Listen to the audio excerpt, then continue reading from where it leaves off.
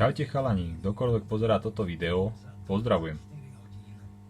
Video som pripravil pre Palina, zdravím ťa Palino, do súťaže o laboratórny zdroj. Takže, žiaľ, seba natáčať neviem, natáčam to bežne telefónom, takže na úvod niečo takéhoto. Pri vchádzaní do mojej dielne je prvé, čo uvidíme, sú hodiny Pragotron. Tam som dorábal elektroniku, takto nejako, aby teda išli, lebo oni potrebujú ten generátor minútového impulzu, tak ten som dorábal. Fungujú pekne, už niekoľko mesiacov sú tu. Moja dielňa je poväčšinou zložená z Mars skriniek. Mám rád trocha organizovaného bordelu, aby som čahol a mal. Inak sú pre mňa súčiastky nepoužiteľné, lebo kým by som ich hľadal, to by som skôr kúpil v Elektre. Takže takto nejakých mám zalistované a viem ich nájsť takto celkom rýchlo a prakticky. A väčšina mojej dielne je tvorená meracou technikou a laboratórnymi prístrojmi. Som na ne totálny maniak, takže s tým je to tvorené.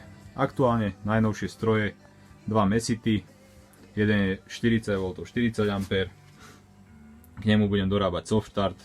Zatiaľ sa mi nepodarilo, že by vyrazil istič, ale tento iste vyrážať bude ten istič. Vzadu má C-čkovú 14A, takže na B-čkovej desiatke je to viac menej náhoda, že som ho 2-3 krát naštartoval bez problémov. Ďalej je tu druhý Mesit, aj tretí, aj štvrtý, aj piaty. To sú 40V 10A. Sú vlastne úplne identické tie zdroje, až na to, že tento má túto zo spodu dve obrovitánske trafá, teda jedno trafo, jednu tlmivku, ale inak elektronika riadiaca je kompletne identická. V tom väčšom sú vlastne paralelne viaceré tranzistory a tyristory. Ja si myslím, že sú to úžasné zdroje, takže preto ich aj takto kupujem, zbieram. Takže tak nejako. Ďalej čo tu máme, aby sme išli tak nejako po poradí. Po poradí tuto máme 12 lamp, generátor lampový vysokofrekvenčný. Držím ho len a len kvôli tomuto. Ide do 230 MHz a má AM, FM, internú, externú moduláciu, aj TV moduláciu, takže takých by sa ťažko hľadalo viac. Tuto mám tiež jednu novinečku, je to kapacitná dekáda, zatiaľ ešte neočistená, nezaradená. Problémom je, že už nie je kde. Ďalej tu máme Panasonic Audio Analyzer. Vlastne on nahradil pôvodne môj Zopan PMZ11. Tento dokáže merať aj level, takže teoreticky nahradil už potom aj Teslu, BM-ku, z hlavy teraz neviem číslo. Tá slúžila ako milivoltmeter, tento to dokáže tiež a s oveľa vyššou presnosťou. Dokáže aj signal noise ratio, čo nedokáže len tak barsčo. A samozrejme distortion do oveľa väčších rozsahov ako bol ten Zopan. Ďalej nad tým je asi 3/4 roka starý výtvor, je to oddelený zdroj. Galvanicky oddelené od zeme, dá sa nastavovať od 0 plynule až po 250. Týmto sa zapína následne výstup, ampermetrik do 2 A. Mám ešte jeden taký, ten sa kapacitne vôbec už nezmestil do dielne a ten je do 30 A jednofázovo, takže to už je taká fakt veľká mašina. Na záver tuto je elektronická záťaž do 280 W, 100 V, 30 A. Slušná, zatiaľ plne postačujúca. Vedľa je mikroskop binokulárový, keď už ide do tuhého, aby bolo s čím robiť. Tuto máme stojanovú lupu. Tuto je Thermaltronic spajkovačka. Novinka, asi pol roka stará. Neviem si vynachváliť. Parádna vec. Treba za tým popátrať, že prečo je to zaujímavé. Je tam Curie Heat Technology. Je to tak tvrdým zdrojom tepla, že stojí to za to.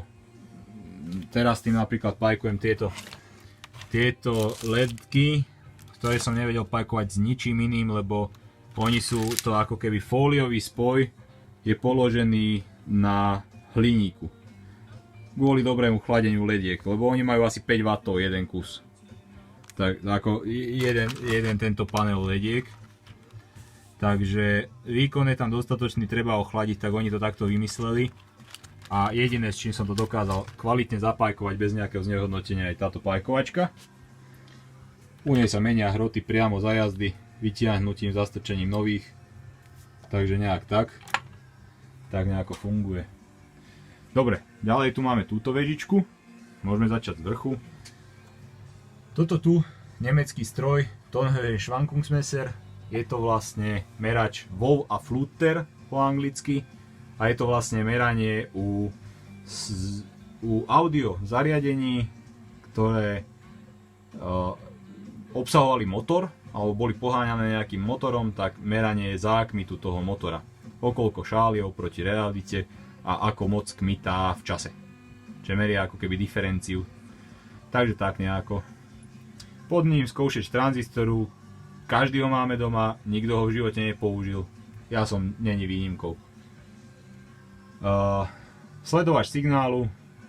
Ten prešiel veľkú cestu, kým sa dostal do takéhoto stavu. Ale je v takomto stave, v akom je. Môžem postnúť keď tak fotky. Tam bolo kopec práce. Ale je to taký môj miláčik, lebo dostal sa do krásneho stavu, plne funkčného stavu.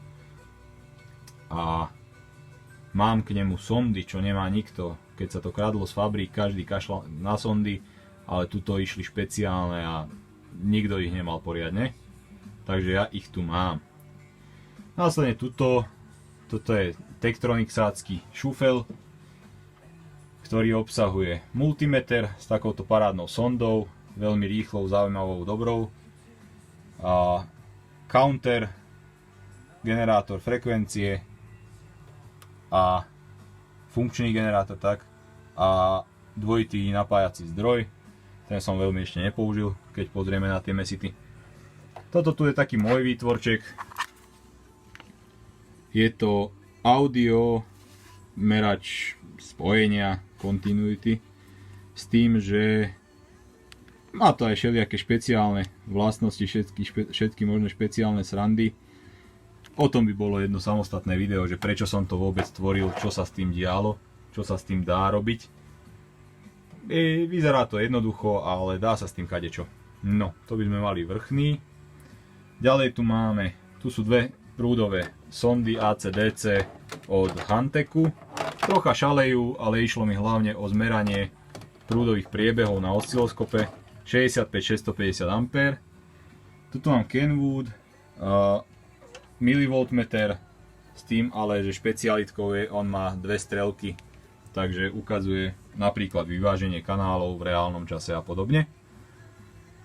Picotest generátor arbitrárny do 50 MHz, Keithley 6,5 miestny multimeter a Tektronix 434, osciloskop analógový, dvojkanálový s analógovou pamäťou. Tuto máme RLC meter alebo LCR meter, Tesláci to označuje RLC. Je jednoduché, rýchle zmeranie tranzistorov. Programovateľný štvorkanálový zdroj 4x32V, 4x3 A. Aktuálne nabíjam, oživujem jednu UPS-kovú batériu. Takže tuto je taký rôzny bordel rôzneho charakteru. Bordel v úvodzovkách. Tiež je tu LCR meter. Už také niečo kvalitnejšie, dajme tomu, že mostík. Máme tu niečo takéhoto. Dneska to pribudlo. 30 A, 300 mV bočník. Práve som s ním odskúšal 40 A na tomto mesite, vydržal to. Dajme tomu, že sa troška zapotil, ale nebolo to nič extra. Vydržal to, dal to aj chlapák a meria s veľmi slušnou presnosťou. Keď to mám pripojené k tomu Keightleymu, akože klobúk dole. Vtedy sa ešte na materiáloch nešetrilo, takže tie materiály sú fakt dobré. Ďalej sa tam hrábať veľmi nechcem, ale sú tam ešte nejaké vecičky. Niekde tam by sa mal nachádzať ešte procesný kalibrátor Extech CMM 17. Pravdepodobne pôjde asi do predaja, keď už je tak veľmi zahrabaný, evidentne ho veľmi často nepoužívam. Rusák, multimeter analógový, je to chlapák, vie merať 25 A napriamo, to je taká vec, že klobúk dole.